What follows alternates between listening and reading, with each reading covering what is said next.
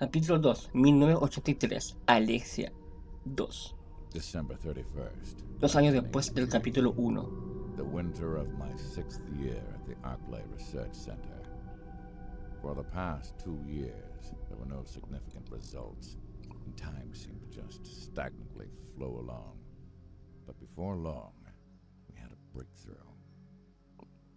The thing that started it all was a report we got that morning. Antarctica Alexia had died. The cause of her death was that she accidentally got infected by a virus that she herself El was virus researching. T. Verónica. It was called the T. Veronica virus. Alexia was 12 years old. It seemed she was just a little too young to be undertaking such dangerous experiments. There were many rumors to be heard. One particular rumor actually suggested that she injected the T. Veronica into her own body. No matter what the circumstances, I find that particular theory to be implausible. Probably, she was just so shaken up over her father's disappearance 1 year earlier that she just made a mistake in the experiment. After that, Alexia's last remaining blood relative, her twin brother, who had worked in the Antarctica Research Center, came and picked up her work where she left off. El But no hermanito. one had any expectations of him. Jajaja. In the end, the Ashford family was basically dead, without even yielding a single advance for the experiment. It was just as I thought. A legend is, after all, merely that. A legend. After the news of Alexia's death, Birkin changed. Or I guess I should say, he returned back to his normal self. But I guess the biggest thing was that all of his subordinates now had no choice but to think of him as the main researcher, since now there was no one who could surpass his talents. However, with that, it became taboo for anyone to talk about Alexia in front of him. He fiercely opposed me when I planned on getting a sample of the T. Veronica virus. I had no choice to put finding the truth about Alexia's research on the back burner. In the end, even though the situation was at its best, Birkin himself failed to grow up and advance his research. However, at that time, I was concerned more about a different question at hand. The Arclay Research Center was surrounded by a dense forest. I often hiked through the forest, but since the center was located in a mountain region, there was never anyone to be found nearby. The only method of transportation was by helicopter, and the center wasn't exactly the type of place that people came to visit. One important reason for the fact that the center was located in such an isolated location was to prevent the virus from getting out in the instance Y of así a fue. leak. Raccoon City. Biological weapons aren't that simple. Viruses don't only infect humans, they can infect other things as well. Any virus is usually capable of infecting more than one host. For example, the number of species that the ordinary influenza virus, the common flu, La gripe. is recognized as infecting are birds, pigs, horses, seals, and humans. The difficult part is not that all types of animals, people within a species are affected. Even though within the bird species, ducks and chickens are affected, all other birds are not. And if a virus mutates, then the kinds and number of hosts it affects changes. So, it is impossible to create a virus that is capable of affecting everything. And that was the main problem. Trying to adapt the T virus so that it would affect everything that it came in contact with. After Birkin became useless, I started investigating the T virus's communicative infection rate. It was then that I found out it was a fact that the T virus could infect almost any kind of living thing. Not just animals, but plants, insects, fish, almost any species. The virus had the power to expand and disperse all over the earth whenever I would leave the center for a walk in the woods. I would always think to myself, why did Spencer choose this place? Good question, Because Wesker. there were lots of different Good types question. of species concentrated in the woods. If the virus ever did get out here, then what would happen to a place where there were this many type of living things present?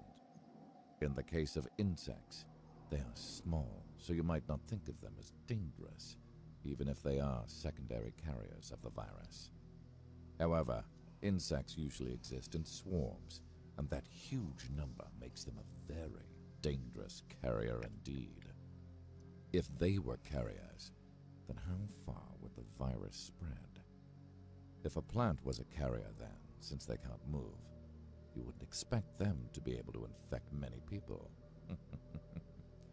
However, what about the pollen that comes from plants? Considering those factors, the center was an extremely dangerous place to run virus research. And if you really think about it, the location of the Ashford's Antarctica Research Center was really a much safer and obvious choice. It would almost seem as if this place was specifically chosen as a location for the purpose of spreading the virus.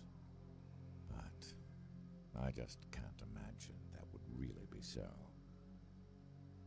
What is Spencer trying to get us to do? This was a major issue, so big that I couldn't tell the other researchers. At this time, the only person that I felt I could have talked with about this was Birkin, but it was evident that telling him would be meaningless.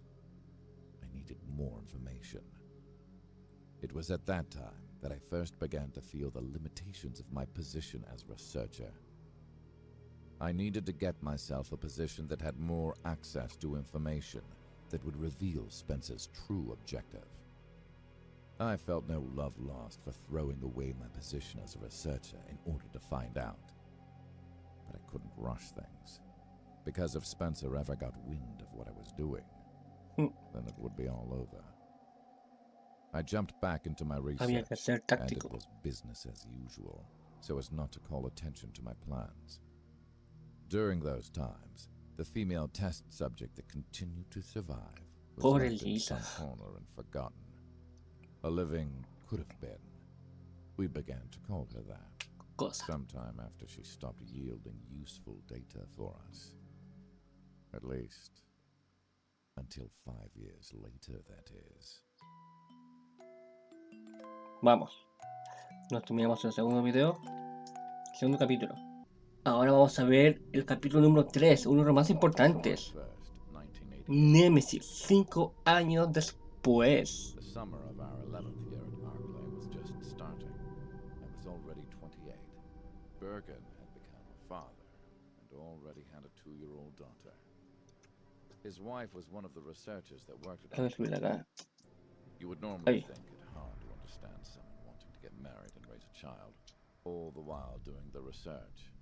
But it is said that only non-ordinary people ever continue to do research at Arclay. Only the crazy ones ever succeeded here. And so, after 10 long years, our research finally reached the 3rd stage. To create a living biological weapon that was a soldier, that would follow strict orders, obey its program, and have intelligence. It was the so-called tyrant, basically a monster that we sent out to create. Tyrant. However, there was a major obstruction to our research back then. Finding a basic body for Tyrant.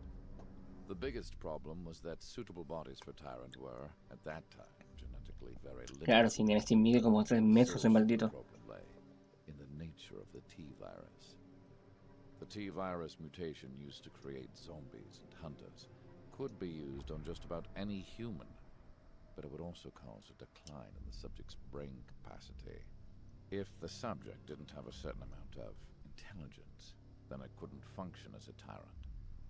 Birkin tried solving the problem by picking out new mutagens that would keep down the wear and tear on the subject's brain, so long as the subject fit the tyrant profile. However, the number of people that had suitable genetics to accept the tyrant cells were very limited. In a genetic analysis simulation, it was found that only 1 in 1 million had the genetic makeup to become a tyrant. Any other person would merely become a regular zombie. If we could have continued with our research, then I'm sure we could have found a way to make a different type of T-virus that could change more people into tyrants. However, in order to do that research, we first needed people that were perfectly suitable for the new mutation. The odds of us being able to bring one of those few people living in America that fit the profile was extremely low.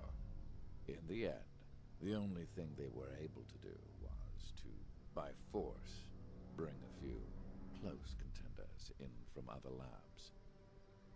Even before we had the chance to start our research, it seemed we had already hit an obstacle. At that time, I heard a rumor about another location in Europe, where they had already reached the third Creo que era level of Francia, por lo que producing me a acuerdo. living biological weapon, using a method that no one had Proyecto contemplated. Nemesis. It was known as the Nemesis Plan. In order to change the stagnant working pace and conditions, I took it upon myself to get a sample of one of the subjects from that plan. Of course, Birkin first disagreed with me, but in the end, I was able to get him to reconsider. Everyone had no choice but to recognize the fact that, until we found a suitable tyrant subject, our research wasn't going anywhere. The package from Europe came at midnight, several days later, after a series of broadcasts, proposals, and counter-proposals. Precauciones. That box that contained it landed on the helicopter pad. It read, Nemesis Prototype. I had to use some very strong tactics Sí, to get the Francia era. incomplete thing where it was being researched in France. But all the while, Spencer was backing me up, pulling all of his strings and using his influence. Only Birkin showed no interest in it until the end, but he at least recognized it as an important part of the experiment. The sample was developed to create a never-before-seen, totally new form. By manipulating genes, they had artificially created a living parasite. That was what Nemesis really was. It could latch onto another organism's brain, and then take control of the host's brain, bringing it a high level of destructive power. By combining intelligence with a destructive body suitable for battle, they were able to form the ultimate biological weapon. And if they could complete the project, then they would be capable of creating warlike Cuerpos bodies bélicos. without having to worry about the intelligence issue. However, the problem was that the parasite containing it was not stable. The only thing written within the document that was attached to the sample was, failure, sample died, over and over again. Anything that had been affected, and whose intelligence was being controlled, would die within 5 minutes. 5 minutos. We all understood that messing around with the incomplete prototype was very dangerous.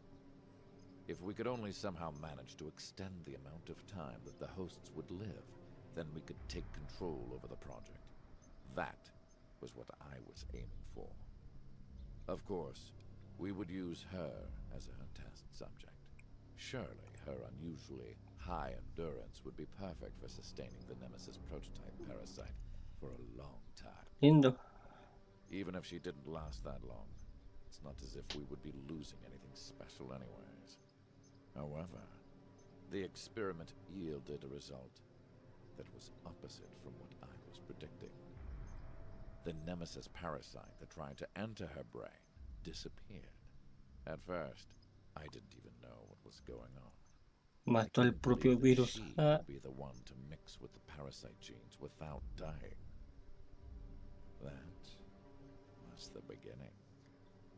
Somewhere within that undying body of hers, there had been a change. We had to re-examine her from head to toe one more time. During our 10 years of research, she had been totally and thoroughly examined. But this time, we ignored that previous data. For the 21 years that she had been here, for the first time, something was finally happening. After she had already survived longer than other subjects who had received the Nemesis virus, It was only Birkin that started to realize what was happening. There was something within her. That something was a deviation from the T-virus plan. T-virus. Something new that gave way to a new form. Something that changed our destiny. It was the beginning of the G-virus plan. T-virus. El virus que fue creado originalmente, supuestamente por William Virgin. Vale, nos hemos terminado el capítulo número 3. Ahora nos vamos al cuarto capítulo y el último. Este video se me hizo larguísimo. Lo voy a dividir en dos. Para que no se me haga muy largo. Vamos a ver el cuarto capítulo y final. Aquí estamos, capítulo número 4, 1995. 7 años después del capítulo 3 y 2 años antes. O uno de los sucesos del primer videojuego.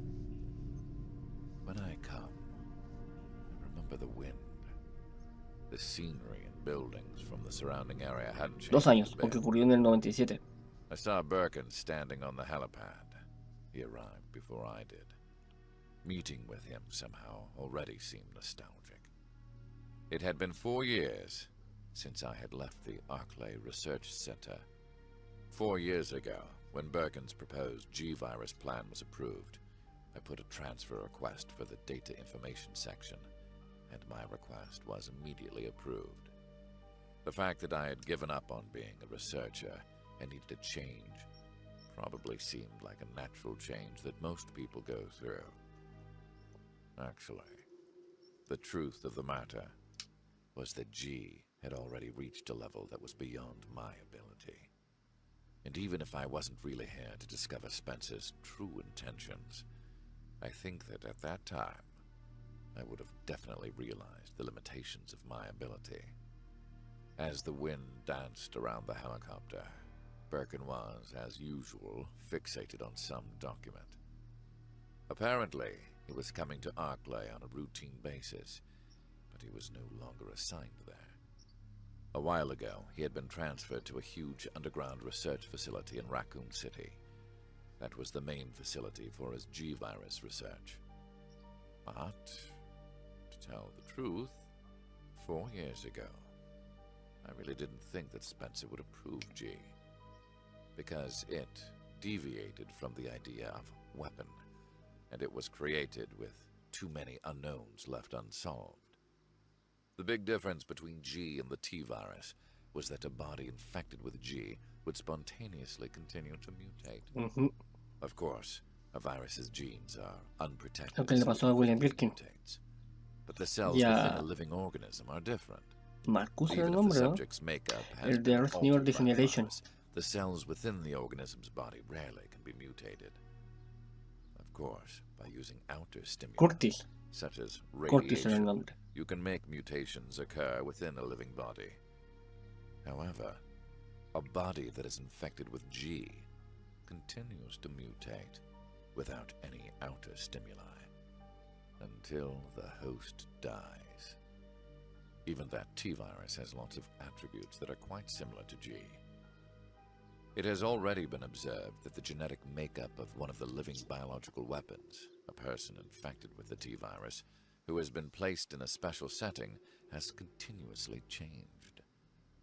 But in order for this change to occur, it is necessary to use outer stimuli as a catalyst, and one can mildly predict which changes are likely to occur. However, there are no such laws concerning a body infected with G. No one can predict just how someone infected with G will change. No matter what kind of method you use to try to cope with G, it continually changes, making that method ineffective. 7 years ago, Birkin noticed a little bit of this effect in the female test subject. There wasn't the slightest change in her appearance, but deep within her, something was constantly changing, and she continued to coexist with the virus used in the experiments.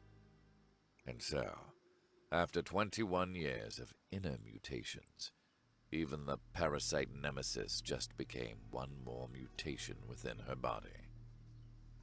The G-Virus plan was a plan to push those characteristics to the utmost limit. However, the thing that lay ahead could be an evolution to the final form for mankind. Or it could be a finale in which the organism merely dies. Could we really call that a weapon? What was Spencer thinking when he approved this plan? Even though I had been working in the information section for these 4 long years, I'd still been unable to figure out what Spencer was planning. And now, Spencer has stopped coming to Arklay. Spencer has stopped coming to Arklay. Almost as if something that he has been eagerly awaiting and expecting has begun. Spencer, like some mirage floating in the desert, had begun to grow farther and farther away from me. But I was sure that a chance would present itself to me eventually. That was, of course, if I lived long enough to see that day. Birkin and I got on the elevator and rode to the top floor, to the place where we had first met her. A man named John, Birkin's successor and new chief researcher, was waiting there for us. He came from a research center in Chicago and was supposedly a very talented scientist, but he was a little too straight to be working at a place like this. He began to question the inhumanity of what was going on in the labs and made his opinions known to the upper-level executives. I had heard rumors about him at the information section. Everyone seemed to agree that if any information ever leaked out, he probably would have been the culprit. We ignored John and kept on walking, and then began the final disposal procedures on her. You must kill her. Due to her being infected with Nemesis, although only a minor amount, she started to think and become conscious. She started to act in grotesque ways. Her behavior has continued to escalate, and now she wears the face of another woman that she peeled off just like a mask. According to reports, she acted in the same way after they gave her the first starter virus. I don't know why she began to act in such a way, but because she recently killed 3 researchers, they have decided to dispose of her. Now that the G research is on the right track, there is no real use for a test subject like her. After constantly checking and reconfirming for 3 days the fact that she was dead, her corpse was, as per facility head's order, taken away somewhere. In the end, I never did find out who she was and why she was brought here. Of course, she was merely a test subject. But still, though, if she hadn't been here then, there wouldn't have been any G plan, and Birkin and I would probably be leading different lives now. I left the Arklay Research Center, thinking that very thing. I wonder how much of this was according to Spencer's plan. Vale. 3 años después del incidente comenzaría.